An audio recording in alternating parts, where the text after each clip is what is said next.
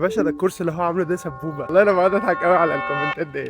في ناس منكم بتتفرج عليها دلوقتي هي في دماغها حاجه بسيطه قوي، ان طالما اسم الكورس بتاعه السبوبه هي دي اكيد سبوبه معموله علينا. لو سالت اي حد ايه هي مواصفات السبوبه المثاليه، هيقول لك ايه؟ هي خبطه تاخدها تطلع منها بشويه فلوس، وبعد كده ايه؟ وبعد كده زي الفل وتهبق انت بقى. يعني فترتها صغيره السبوبه، حاجه شغل كده خبطه، وتكسب منها مبلغ كبير. لو السبوبه سوا سبوبه زي مكمله بقالها 3 سنين والله فكر كده في الجمله ديت واسيبك كده ان شاء الله شويه. احنا لسه منزلين بالمناسبه تحديث ما بقالوش اسبوع، في 10 ايام بنتكلم فيه على مهاره الويب سكرابنج. كل مهاره في الكورس احنا بننزل لها 5 حاجات، 5 اجزاء بيساعدوا بعض من محتوى وادوات مدفوعه ودعم فني مكون من 3 حاجات مختلفه ومتابعه يوميه وضمان اول دولار اونلاين.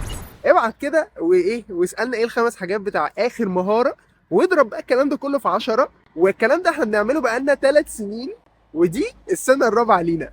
فلو هي سبوبه ازاي مكمله بقالها 3 سنين وده كورس اونلاين بالمناسبه، اتحداك تعمل منشن تحت في الكومنتات لاي كورس في الحياه، اي كورس اشتريته قبل كده اونلاين، الكورس دوت الدعم بتاعه والتحديثات بتاعته، وان في حد يرد عليك استمر 3 سنين. اتحدى اقول لك حاجه، بلاش 3 سنين خليها سنتين بس. اقول لك حاجه، خليها سنه واحده بس. هي سنه ممكن تلاقي واحد او اتنين، يعني ربنا يوفقك.